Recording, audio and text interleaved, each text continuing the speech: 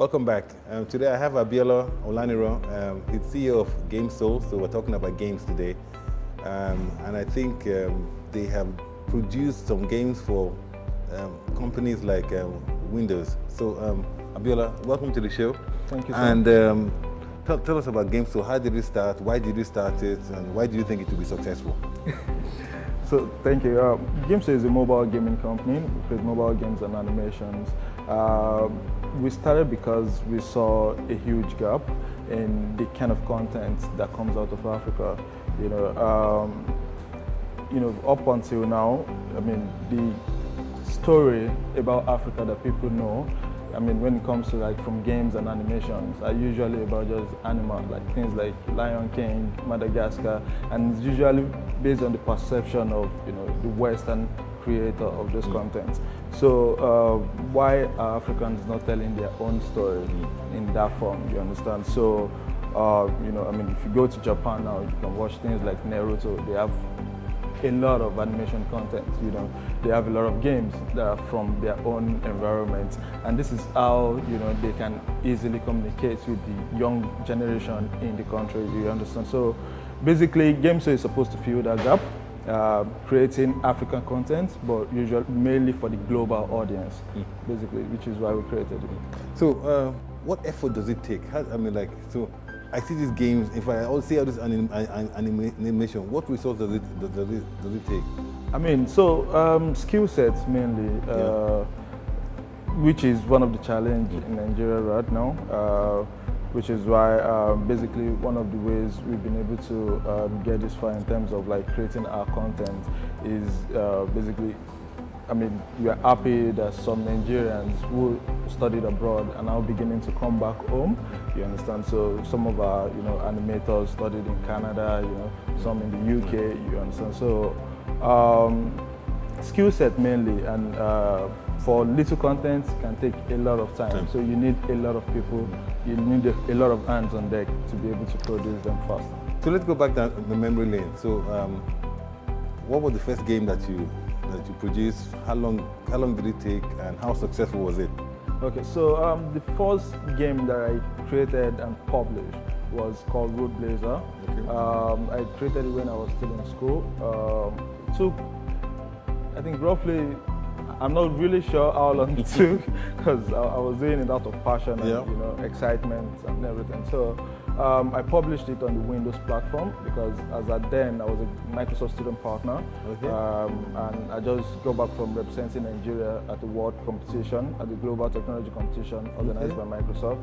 So so it kind of like created that platform. So I have like enough information on how to publish my game and let people know about it in the store and everything. So after a couple of weeks, Gideon started. I mean, Road Blazer got about 40,000 downloads, and towards the same period, an investment company called 88 MPH, based in Nairobi, was looking for like startups or people with solutions that they want to take out. So I decided to apply, sent my pitch deck. So that was how we got our first seed investment, and ever since then we started creating. So how many? So like with a company like Gamesole, how many games can you produce in a year, and how do you scale up, and then how do you make money? I'm a banker. These are the kind of things that excite me. So the kind of games we create, because of the amount of resources available to us, we usually create mini games, like casual games, like quick to play kind of games.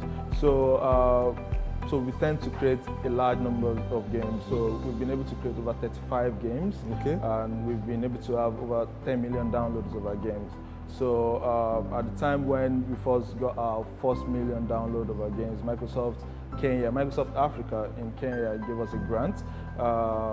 So we started monetizing our games using advertisement. So for every retry, for every replay, and I mean, based on how addictive the game is, we get, I mean, our users are filled with advertisement, and then we get revenue from that. So, but after that, we've been able to start monetizing also using telecommunication companies. So last year we released our first, like, will I say, our first Android game, Giddy Run. So we released it in partnership with MTN. It was exclusive for the platform for 6 months, for the first 6 months, and they did like promotion using their own subscriber base. So the first month we had 25,000 subscribers, and it's been growing ever since then. So so that's Giddy Run, and that's really exciting. So, what kind of people download the games? Is it just young people? Nigeria is a youthful economy, but is it young people? Is it people like me, or does it cut across? I mean, so usually it's young people, and even the network also understands that. So when they were doing the marketing, it was targeted towards that age group. You understand, like people around 15 years old, people in secondary school, usually young people. So, Gamsole, so your games, so, I see your industry like, I think there's a lot of opportunity there, but I see your industry like the music industry, Nigerian music industry, where I think initially we spent time, the musicians, the artists were trying to sing like the Europeans. And then when they, of course, with not much success, but when we started infusing African beats with Western music, that's when, Nigerian music took off, and now it's now one of our biggest exports. When are we going to see people like Nigerians abroad, instead of playing all those European-based GameSoft games, playing authentic African, should I say, Giddy Run, where they can visualize and see things going on in Nigerian streets?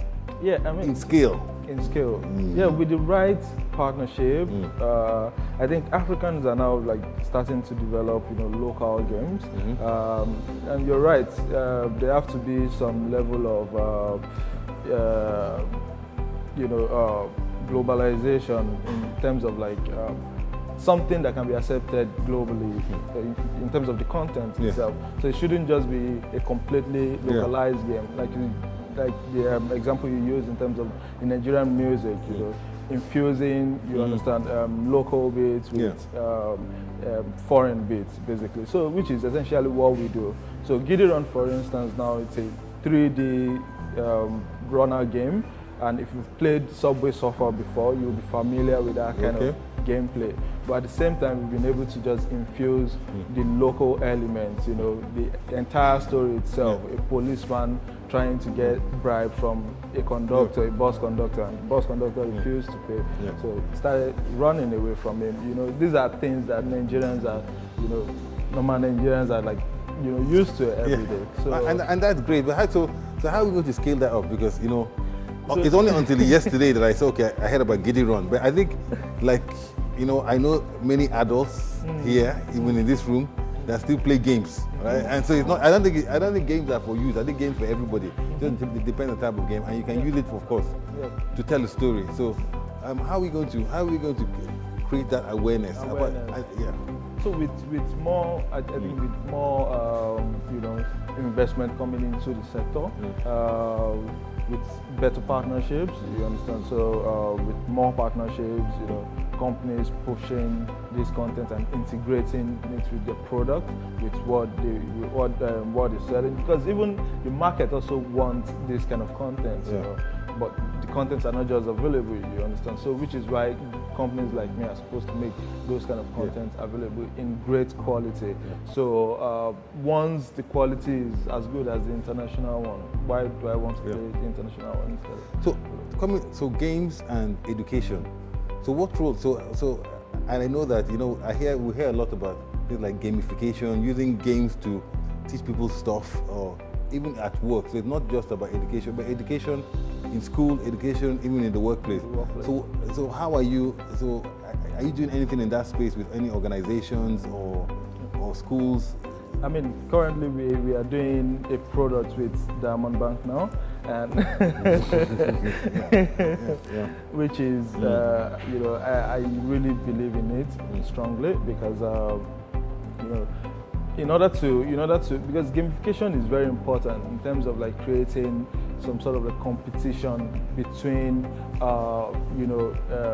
between a particular group of people and trying to gamify like learning, essentially. So in the sense of gamifying financial literacy, you understand, you want youth to be able to learn how to be financially independent. You want them to be financially inclusive early on.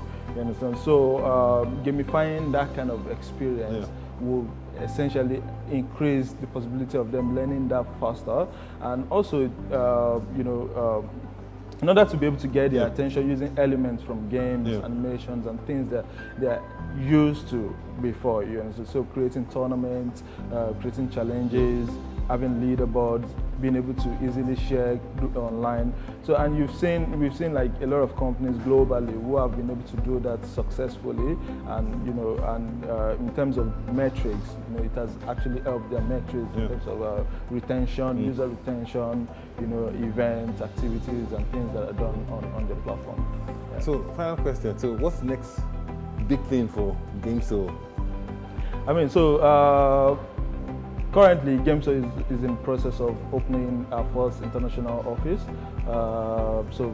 We've been in talks with Business France for a while, and I mean, just last month we were able to actually travel there and start the initial setup. And by January we'll be opening our Europe headquarters in France, and also. I hope it's going to be exporting Nigerian content to Europe. That's the dream, to be able to create local content and also have more access to skills in terms of like creatives, and also in terms of just being able to reach the global audience better. So all right, thank you very much. Wish you the best of luck. We will continue our conversation offline. Yes, sir. All right, thank you.